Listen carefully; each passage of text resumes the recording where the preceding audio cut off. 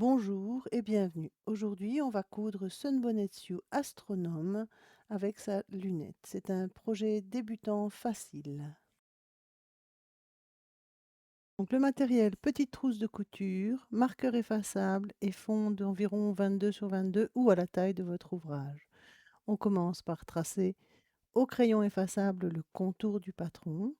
On choisit une chute de tissu qui n'est pas effilochable, généralement un bon coton, une vieille chemise, un tissu qui vraiment ne s'effiloche pas et qui est relativement fin.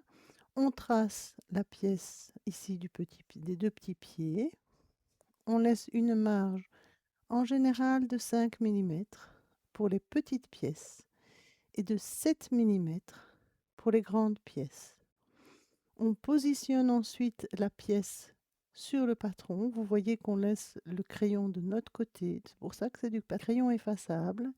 Et on va coudre au point de bâti la pièce qui sera recouverte par la pièce suivante et au point glissé la pièce qui sera visible.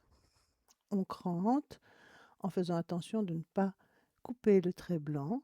On préplie la pièce. On positionne et si vous restez encore un petit peu, vous allez voir ce que j'ai fait avec cette Sunbonnetsu. On prend son fil, on pose son aiguille sur le fil, on pince, on entoure et ensuite on pousse l'aiguille. Voilà, vous savez faire un nœud rapide, ce qui est très utile. À présent, je vous montre comment on fait le point de bâti. C'est le point le plus simple qui existe. J'ai pris un fil vert évidemment pour que vous voyez. Normalement, on prend un fil marron. Donc ici, je passe en dessous et puis je remonte et je repasse au-dessus. C'est vraiment tout simple. Ensuite, on passe au point glissé. Donc on tourne ici, on va directement dans le pli à l'endroit où la pièce sera visible et restera visible. On pique dans le trait blanc, là on le voit bien, sous le fil qui vient de ressortir. Là, je montre bien. C'est bien sous le fil qui vient de ressortir. On va repiquer dans le pli de la chute et on recommence cela tout le tour. Alors ici, je vais ramer parce que mon tissu est vraiment très épais et vous allez voir, c'est pas évident. Mais comme je vous le disais au début de la vidéo, j'ai pris du jean parce que je voulais faire un sac en jean avec Sunbonnetsu. Donc je vous le montre ici en haut à droite. Normalement, on fait dans les tournants, on fait des petits points, plutôt 3 mm de long. Et dans les lignes droites, on peut faire 4-5 mm. Bon, là, j'ai un peu peiné, donc j'ai dû faire plus grand, évidemment. En même temps, vous voyez bien. Voilà, on pique dans le blanc, dans le trait, et puis on ressort dans la chute, dans le pli de la chute, au plus près du pli. Il ne faut pas être trop exigeant non plus. Il suffit de ressortir dans le pli et ça va très bien. Voilà, vous avez toutes les clés en main maintenant, donc on va continuer avec la robe.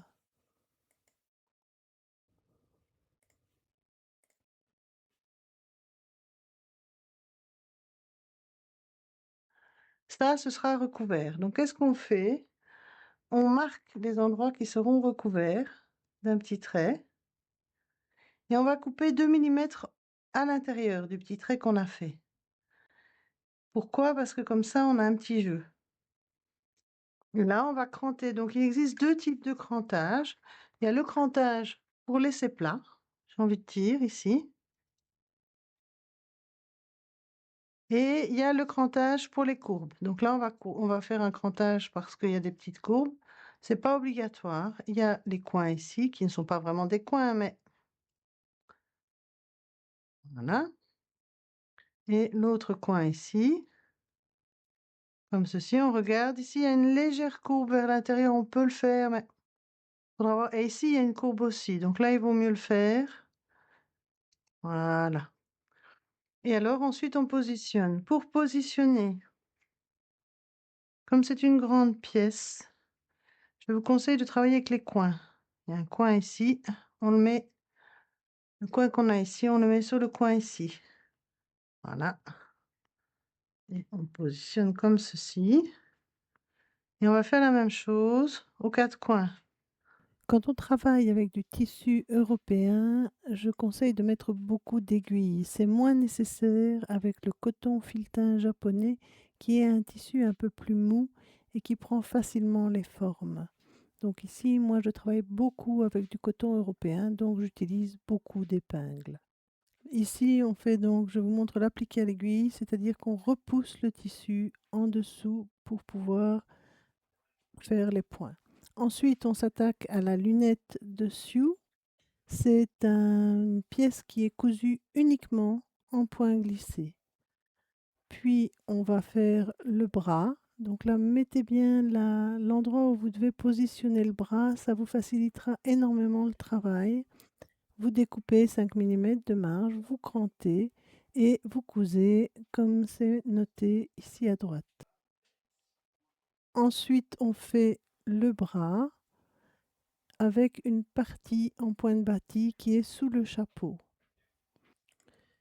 Puis on termine avec le chapeau, bien le cranter tout le tour, commencer à positionner entre l'épaule et le bas du chapeau et coudre aussi de cette manière-là pour être sûr que le lien entre les deux est juste.